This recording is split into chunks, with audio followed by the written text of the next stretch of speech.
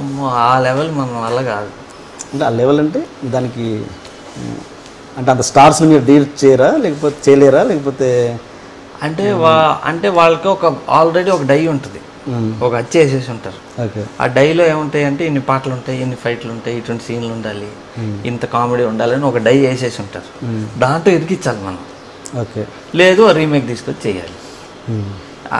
అట్లా కుదరదు అసలు, నేను చేయలేను. నేను I'm a free spirit. Okay.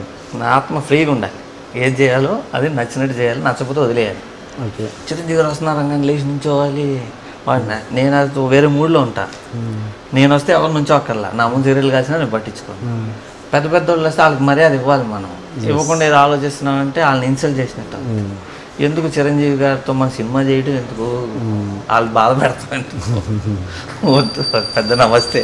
Okay. పోనీ అలా కంఫర్ట్గా ఫీల్ అయ్యే హీరో దొరికాడు అనుకోండి, ఏ మహేష్ బాబు అంటే ఏ ప్రభాస్ లాంటి, సపోజ్ మీకు ట్యూన్ అయిపోయి చేసే స్టార్ ఏమన్నా దొరికితే స్టార్తో చేసే ఉద్దేశం ఉందా అసలు? స్టార్స్తో చేయలేమండి అసలు, నాలంటే చేయలేడు. వాళ్ళు కష్టం అది. ఇప్పుడు యాజ్ ఇట్ ఈస్గా నేనే దేడదమ్మా టైప్. నేను వాళ్ళ తట్ట మ్యాచ్ కుదరదు, అది జరగదు. స్టార్స్తో కష్టం. ఒకవేళ స్టార్స్తో చేయాలనుకున్నా నేను మ్యాసివ్ హిట్ కొట్టి ఉండాలి. ఓకే. అదిరిపోయే కలెక్షన్లతో పెద్ద హిట్ కొట్టుంటే అప్పుడు. అంటే ఇప్పుడు మీకు ట్యూన్ అయ్యే స్టార్ ఇప్పుడు తెలుగు ఇండస్ట్రీలో ఎవరు లేరా? అంటే మీరు ఓకే ఇదంతా అయితే నేను చేస్తాను. రజనీకాంత్ అయితే ఓకే అండి నాకు, కమల్ హాసన్ ఓకే, అమితాబ్ బచ్చన్ గారు okay, Mahesh Babu okay. Junior NTR అమ్మో నేను చేయలేను. అంత భయపడుతున్నారు? అమ్మో నా వల్ల. ఏంటి దాని ఎక్స్ప్రెషన్? బాలకృష్ణ గారు ఈజీ. ఎక్స్ప్రెషన్కి అర్థం ఏంటి? జూనియర్ ఎన్టీఆర్ అనగా భయపడ్డారు. వాళ్ళు వేరే డైలో ఉంటారు సార్, వాళ్ళంతా నా వల్ల కాదు అది. అంటే ఏ టైప్ ఇది చెప్పండి, పర్లేదు. ఇంకా డై అంటే అదే చెప్పే కదా, చిరంజీవి గారు వాళ్ళంతా ఒక డైలో ఉంటారు, అంటే ఒక స్టైల్ ఉంటుంది, ఆ ఫార్మాట్లో ఉంటారు, బయటికి రారు అసలు. మీరు చిరంజీవిని బాగా ఇష్టపడతారు నాకు తెలిసి కదా. మరి అలాంటి ఆయన వ్యక్తి గురించి ఇలా మాట్లాడుతున్నారంటే చిరంజీవి ఏం మాట్లాడుతున్నారు చెయ్యను అంటున్నారు కదా. అంటే మీరు నాతో గతంలో ఏమన్నా అంటే ఎన్టీఆర్ గారు, ఏఎన్ఆర్ గారు వీళ్ళందరూ అప్పట్లో విపరీతంగా సినిమాలు చేసి ఇండస్ట్రీకి ఇన్కమ్. ఏంటంటే చిరంజీవి గారి రెస్పెక్ట్ ఏంటంటే ఆయన చేసినప్పుడల్లా 5-6 సినిమాలు చేసేవాడు సంవత్సరానికి. 5-6 సినిమాలు చేసేటప్పటికి ఎన్టీఆర్ కానీ, ఏఎన్ఆర్ కానీ, కృష్ణ గారు కానీ వీళ్ళందరి వల్ల పెద్ద సీనియర్ హీరోలు వాళ్ళని పొగుడుతున్నాం, వీళ్ళని తిడతాం అంటే వీళ్ళని తిట్టాలి. ఇప్పుడు ఉండేవాళ్ళని they are not useful for Telugu film industry at all. ఇప్పుడుండే హీరోలు అందరూ 3000 థియేటర్లు ఉండే 2 స్టేట్లో కలిపి, ఆంధ్ర తెలంగాణలో. ఇప్పుడు 1800కి వచ్చేసినాయి. ఇంకా కళ్యాణ మండపాలుగా ఈ ఇయర్ మళ్ళీ ఒక 20 మారిపోయినాయి. ఎందుకంటే సినిమాలు ఫీడింగ్ లేదు. అప్పుడు ఇన్ని డబ్బింగ్ అయ్యాయి కాదు తెలుగులో, ఇంకా తెలుగు దేవదాస్ తమిళ్లో కూడా రిలీజ్ చేసేవాళ్ళు. సినిమాలు ఫీడింగ్ లేదంటున్నారు, మరి కొత్త వాళ్ళు ఏమో క్యూలో ఉంటున్నారు. ఏంటి అక్కడ లాజిక్? సినిమాలు ఏమో ఫీడింగ్ లేదని మీరు అంటున్నారు. ఫీడింగ్ అంటే అచ్చా థియేటర్స్ ఫీడింగ్ లేదంటున్నారా? లేదు. మరి జరుగుతున్న సినిమాలు ఎటు వెళ్తున్నాయి? కొత్త వాళ్ళు వీళ్ళు తగ్గిపోయినాయి కదండి. 300 వచ్చాయి మన తెలుగు. ఇప్పుడు ఎన్ని వస్తున్నాయి? 125 ఇంక్లూడింగ్ డబ్బింగ్.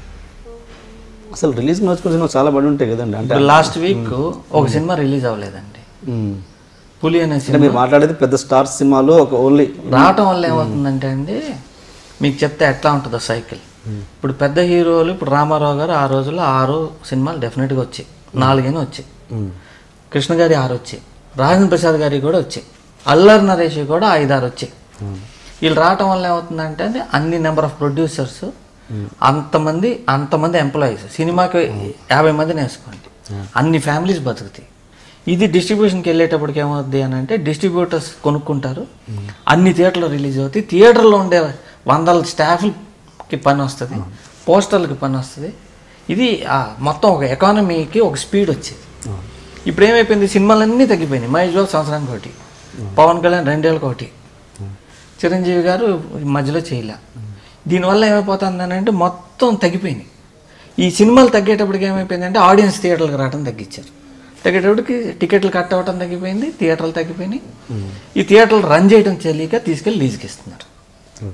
లీజుకి ఇచ్చేసేటప్పటికి ఇప్పుడు సినిమాలు తక్కువ రావడం వల్ల లీజుకి ఇస్తున్నారు.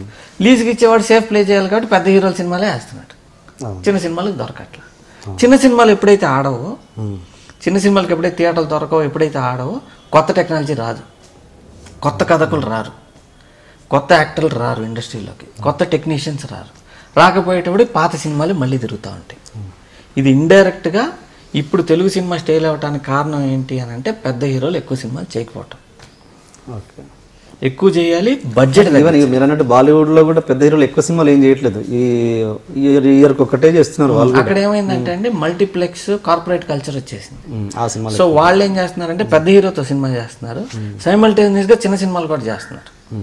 సో పెద్ద సినిమాలు ఏంటి 6 నెలలు ముందే స్లాట్ వేసేస్తారు, ఏ మంత్ ఏ సినిమా రావాలి, గ్యాప్ల్లో చిన్న సినిమాలు ఎప్పుడు రావాలి. ఇక్కడ ఏమవుతుందంటే మేమంతా రెడీ అయిపోతాం, చిన్న సినిమా రెడీ అని, రిలీజ్కి వెళ్ళిపోతుంటే బాహుబలి వస్తుంది అంటారు, ఆపేస్తాం. ఆపేసి నాకు రావట్లేదండి తూచ్ నెక్స్ట్ మంత్ 10th వస్తుంది అనగానే ఓ గబగబా వేద్దామా వద్దా వెయిటింగ్. ఇప్పుడు ఈ పెద్ద హీరో సినిమాలన్నీ ఎప్పుడు వస్తాయి ఎప్పుడు వెళ్తాయి తెలియట్లా, చిన్న సినిమాని చంపేస్తున్నారు. ఇది డేట్లు కూడా ఫిక్స్ లేక. బాంబే ఇస్ వెరీ కల్చర్డ్, అసలు తెలుగు ఇండస్ట్రీ మీరు కంపేర్ చేయగలరు అట్లా. ఇప్పుడు ఈ మినీ థియేటర్స్ వల్ల ఏమన్నా ఉపయోగం ఉందంటారా? అసలు దానివల్ల చిన్న సినిమాలు ఐడియా, అసలు ఐడియా ఎవరిది, అసలు ఐడియా వర్కౌట్ అయ్యే ఐడియానా? చిన్న సినిమా చిన్న ఆడిట్ మినీ థియేటర్స్ అంతా సొంత ఐడియా అది. అసలు కొంతమంది సొంటలు కొత్త వాళ్ళకి థియేటర్స్ దొరకట్లేదు కదా, ఇలాంటివి కనీసం ఇలాంటి ఐడియా వస్తే దాంట్లోనే వీళ్ళు వేసుకుంటారు కదా. ఇంకా చచ్చిపోద్దండి సినిమా. ఎట్లా అంటే వీళ్ళు స్క్రీన్ చిన్నది చేస్తారు, చిన్న థియేటర్ అయ్యేటప్పుడు స్క్రీన్ చిన్నది అవుతుంది.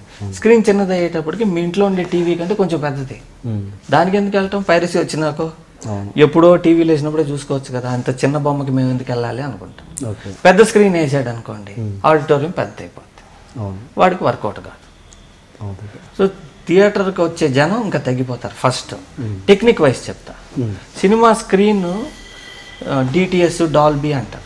చాలా మందికి తెలియదు ఏంటంటే స్క్రీన్ ఇంత ఉందనుకోండి, లెఫ్ట్ సెంటర్ రైట్ 3 స్పీకర్లు ఉంటాయి.